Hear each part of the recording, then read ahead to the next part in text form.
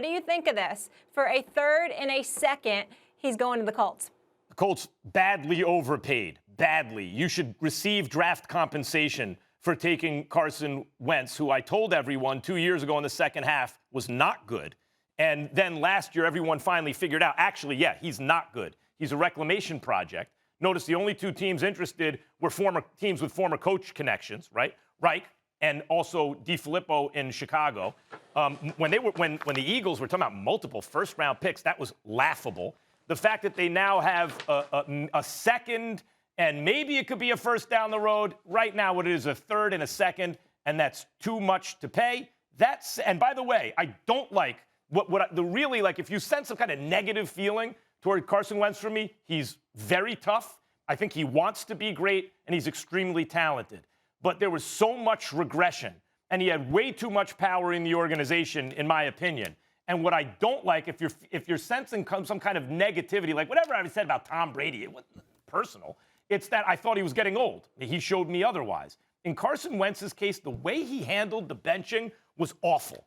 The fact that suddenly it would come out in the press the day of Jalen Hurts' pro debut as a starter, that, if Carson Wentz is going to be a backup, he wants out. To me, you really want that in your locker room? Carson Wentz, to me, they need to build him up from the ground up, and that includes the attitude and everything. No first-round pick in the deal. I still think they overpaid. Well, I mean, I'm not going to debate that third-round pick, conditional second-round pick. I mean, basically what you're saying is that Carson Wentz should have been given away for a bag of cookies, okay? That's basically what you're saying. I mean, how dare anybody give any kind of compensation for him, how awful he has been? That's not how it works. When you have a trade, somebody gets something in return for somebody else's services. And when you think about Frank Reich being the head coach and the fact that he was the quarterback's coach and offensive coordinator for the Philadelphia Eagles the year they went to the Super Bowl, 13 of those games were with Carson Wentz as his quarterback, and they were 11-2 before Carson Wentz went down. And so I look at it from that perspective, and Frank Reich knows how to work with this particular quarterback. But there's something else that comes with it that I think we have to pay attention to. Pro Football Focus had the Colts ranked as like the 7th best offensive line in football. They had some injuries and what have you, and we know that, and that's why they tailed off from being even better than that, but they were still a top 10 offensive line in this league. Why should that be relevant? Carson Wentz was sacked 50 times last year. 5-0, 50 times. The Philadelphia Eagles gave up 65 sacks as a team. 65 sacks. The Indianapolis Colts gave up 19 with a stationary target as Phillip Rivers as their quarterback. 19 sacks. Think about that for a second here. So I'm Carson Wentz. Now, you could point to him holding the football a little bit too long, and it's really not about the offensive line. It was really about Carson Wentz holding the football, not getting rid of the football quick enough, et cetera, et cetera. You could do that. Or you can look at it and say, T.Y. Hilton is there. They've got some other weapons in there. They got a decent running game with Mack and the crew there, and you got an offensive line with Frank Reich, a guy that he respects and listens to, coaching him. I think this is a good move for the Colts. I think they believe it or not.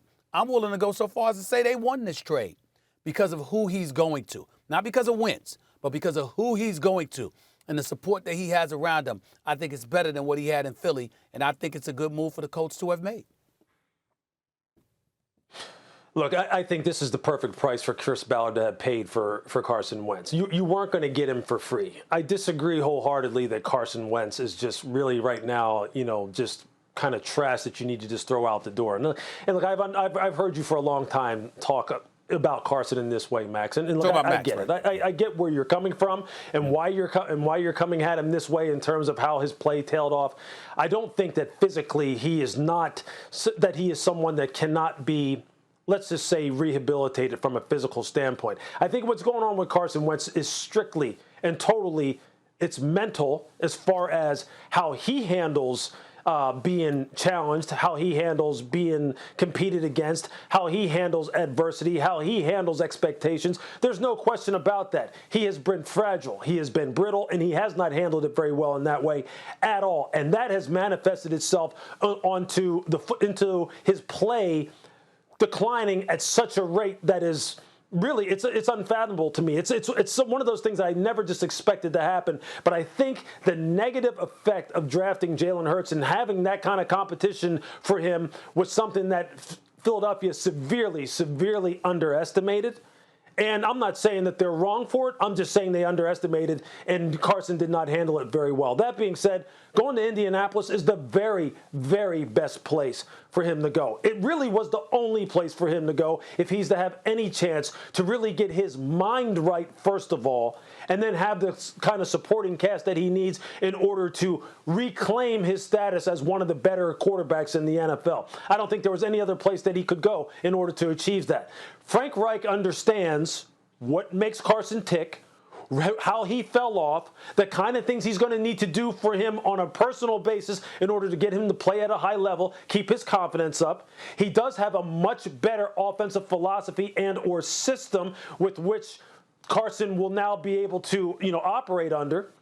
And I think right now, it's one of these situations where it's sink or swim for him. It's all or nothing now for him in Indianapolis, because if it doesn't work out there, I believe his career is over. It's done. He will be out of the league very quickly. Hold on. Guys, real quickly, I just wanted to make sure I made a correction because I mentioned Marlon Mack. I mentioned Mack initially, but I meant Jonathan Taylor because I know he's the leading rusher for them this past year. But go ahead.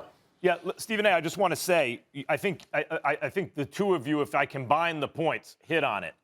Indianapolis is clearly the best chance Carson Wentz has because, DeFilippo's in Chicago, but there's no O-line. And Stephen A., you hit the nail on the head in Indianapolis.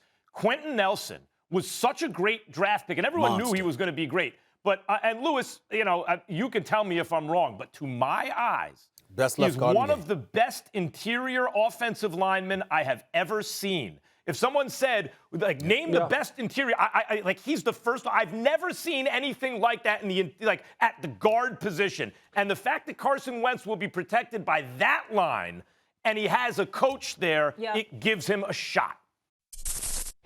Thanks for watching ESPN on YouTube. For live streaming, sports, and premium content, subscribe to ESPN+.